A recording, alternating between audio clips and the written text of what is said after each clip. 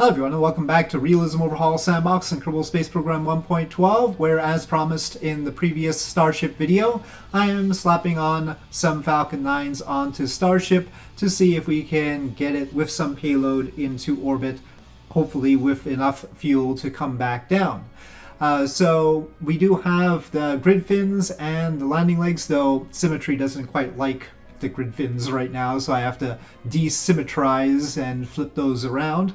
But I've got those there, and we're gonna see if we can maintain the fuel in the header tanks of Starship, and then it would be able to be fully recoverable. So the Falcon 9s are recoverable, the Starship is fully recoverable, and well, we're only carrying like 4 Starlinks in there, so that's the downside. And it looks like I need 3 of the Falcon 9s to get enough Delta V. So that's, well, I mean, it's still recoverable, but it is an interesting configuration, I think you'll agree. I was looking for a more Star Trek warp nacelle kind of arrangement, you know. Technically you can have 3 as well, but wow, that liftoff though, that's quite a sidestep, but it is going up. Unfortunately, I was using ascent guidance, and unfortunately it decided to roll all over the place. I had turned off force roll, and then when I turn on force roll, it still rolls. So I don't want the roll rules on.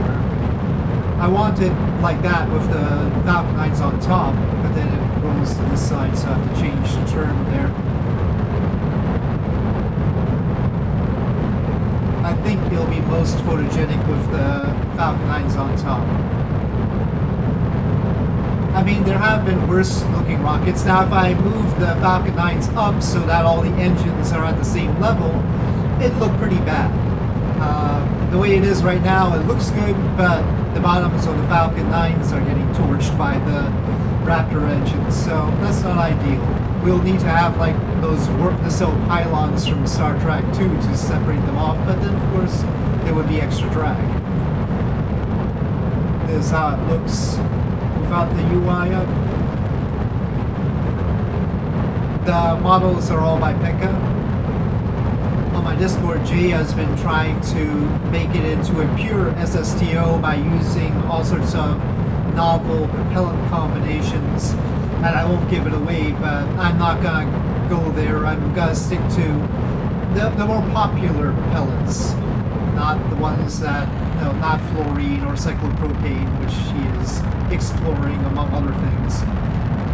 That's been a preoccupation on the Discord recently. As we see, unfortunately, we have the leftovers of the Falcon 9 mounts, the booster mounts. So those booster decouplers, they have a raised strut option, but that doesn't really necessarily make it any better, especially for the rear bits. It doesn't really help. But anyway, I retract them in any case. And it continues. Seems like we have enough with some to spare. Ascent guidance says 357. Once we make orbit, it seems to be more than that.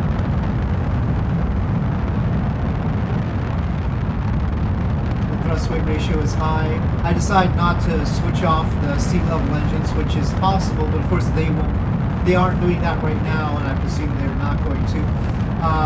Also, ascent guidance doesn't throttle it down, so we're at full force here. Not the most efficient way of doing things, in other words, but we end up with 630 meters per second left.